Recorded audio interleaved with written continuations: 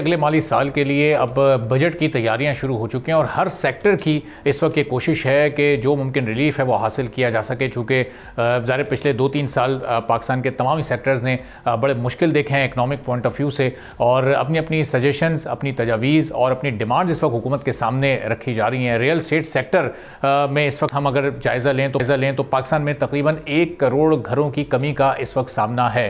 पिछले चंद सालों में हमने देखा कि कुछ स्कीम्स ऐसी लॉन्च हुई जो कि स्टेट बैंक ऑफ पाकिस्तान ने मुख्तलिफ कमर्शियल बैंक्स के साथ मिलकर लॉन्च की। उस पर इंटरेस्ट रेट भी, जो मार्कअप रेट था वो भी खासा कम था, 3 से 9% तक था। तो उसी तरह की किसी स्कीम की ज़रूरत इस वक्त बड़े पैमाने पर महसूस की जा रही है कि एक सस्ती हाउसिंग स्कीम ऐसी लाई जाए जिसमें स्टेट बैंक की और फिर दीगर कमर्शियल बैंक्स की भी फाइनेंसिंग शामिल हो सके। और एक ऐसे मौके पर यह बात की जा रही है माशी माहिरीन और रियल स्टेट एक्सपर्ट्स की जानिब से कि अभी जो इस वक्त इंटरेस्ट रेट है वो अंडर कंट्रोल है। वो इस वक्त 22% की बुलंद तरीन शरह पर नहीं मौजूद बल्कि 12% पर है, और उम्मीद यही है कि आने वाले दिनों में ये सिंगल डिजिट में भी आएगा।